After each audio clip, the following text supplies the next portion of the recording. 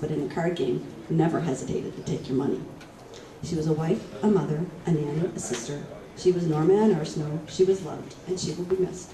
She saved 3 lives because she was an organ donor. If I can sum up what I wanted to say to you today, I'd like to leave you with 3 messages. Number 1 is appreciate your mother today, because as much as no one likes to think about it, she could be gone in a blink of an eye. If you're already without your mother, as I said, you already know what I mean. Secondly, we need to talk about this. Signing your organ donor card is not enough. It's your loved ones who will ultimately decide what happens with your organs after you've passed away. Whatever your choice, it's imperative that you make it known. Talk about this with your parents tonight.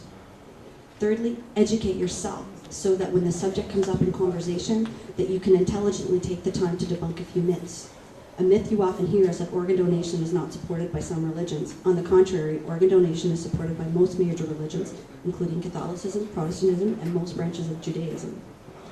Many people were surprised to hear that my mother could donate her organs as she was almost 70, as there's a common myth that there's an age limit. However, 2 kidneys and a liver later, we now know that that's not true. So I'd like to thank you all for your attention today and apologize for going over time, as I know I have. And I really want to thank George, who makes great personal sacrifice to take this message around Canada.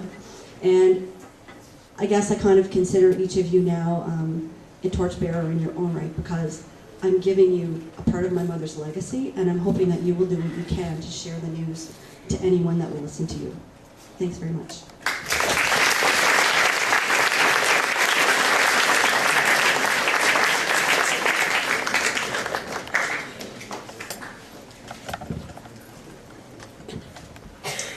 Thank you, Tracy, for being here and sharing your personal story.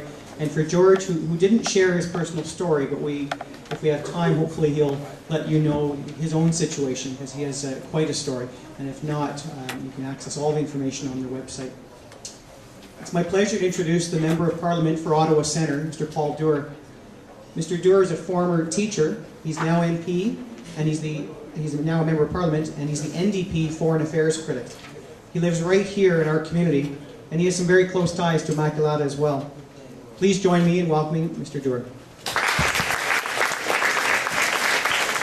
Thanks so much for inviting me here today and being part of this. I just want to say a couple of words. I want to tell you it was interesting listening to the music, and I'm looking at the teacher, I guess, who put it together. Who chose the music for the slideshow? Aha. I just viewed that film with my kids on the weekend for the first time for them. And if you haven't seen Chariots of Fire, do so. That's the music from Chariots of Fire. It's inspirational. It's about people making a difference. What you're doing here today is sharing an experience, but you're part of something greater than each one of us. And that is hope, inspiration, and making a difference. And the hope is for people who don't have hope right now. Can you imagine if your parent or loved one needed an organ and they couldn't get it? You'd give anything to make sure that they could continue their life. That's the kind of hope that George and others are giving. The inspiration is about that you can make a difference. And for every one of you, know that's the reason I got involved in teaching. That's the reason I got involved in politics. And I think that's the reason why George is doing what he's doing. This is the pathway of people like Terry Fox. This is what Canadians are all about. This is what community is all about. Giving of each other when you need to. So I want to congratulate you. You should be so proud of your school today. I'm so proud that my son attends this school. And just a little bit of history, my father attended this school. He's not around anymore, but he would be so inspired at St. Patrick's High School at the time. That this would be happening today. So I'm just gushing with pride. I'm so glad that it's Immaculata, if I can say that, just a bit of a conflict of interest that was chosen, but that you have 2 wonderful representatives to literally carry the torch.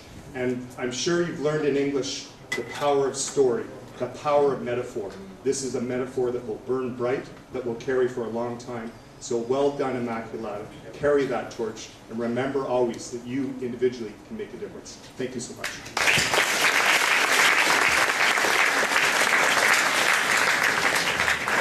Thank you, Mr. Doerr. I know how difficult it is to have a Member of Parliament come to a school, so we really appreciate you being here during a very busy schedule. There's no shortage of links between organ donations and our Immaculata community, and there's many that we're not aware of. I've invited one of our Immaculata teachers, Miss Mary Mullally, to briefly share with you the story of one of our Immaculata graduates. Miss Mullally.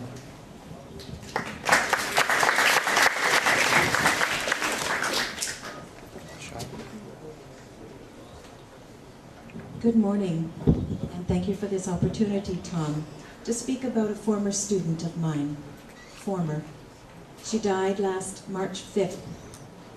She had just turned 24, May 24th, the year before. Carolyn Clark had liver disease.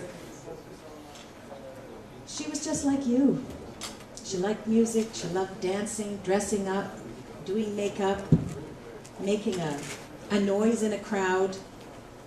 She was a gifted writer, a gifted speaker.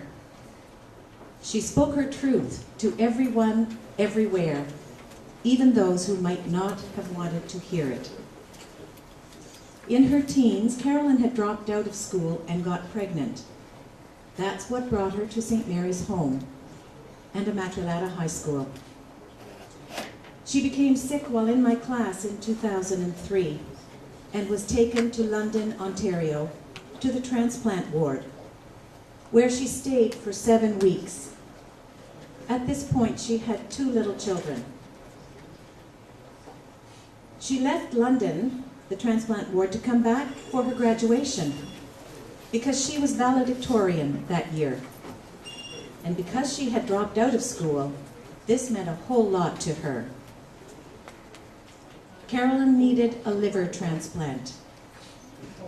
Not from a dirty needle, not from alcoholism, not from contacting it from someone or something. The doctor said it was just a defective liver.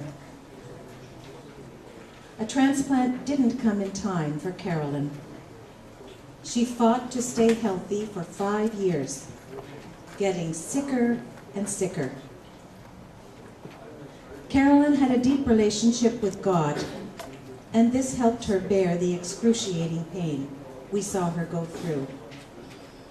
Carolyn wrote a book, edited a book from her hospital ward in London, and it was used to gather funds for post-secondary scholarships. She earned $2,500 came from the sale of this book that Carolyn insisted on finishing when she was in her bed in London. She was an Ontario scholar. She won 3 scholarships at her graduation. She was phenomenal, a leader in every crowd. I didn't know whether I would make it through this morning because I loved Carolyn. And you have to know, students, that your teachers love you. They may not show it, but we love you at a very deep level. So it was quite painful for all of us that Carolyn died. I just wanted to leave you with a couple of words, and I guess for those in the front row, I can show you a plaque that we put together for Carolyn's funeral.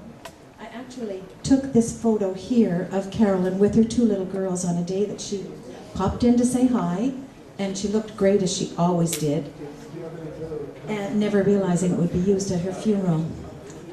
But it was. And I just wanted to leave you, Carolyn, the question of the statement of hope. Carolyn always had hope, and she always gave hope.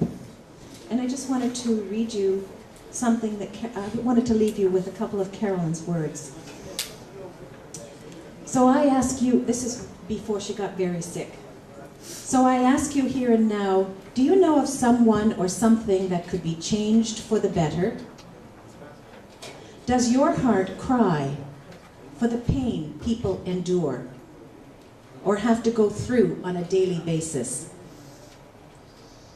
Do you ever wish you had the power to change certain things?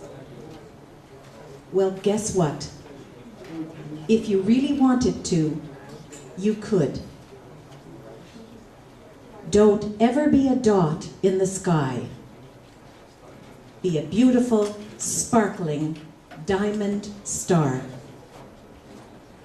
Thank you.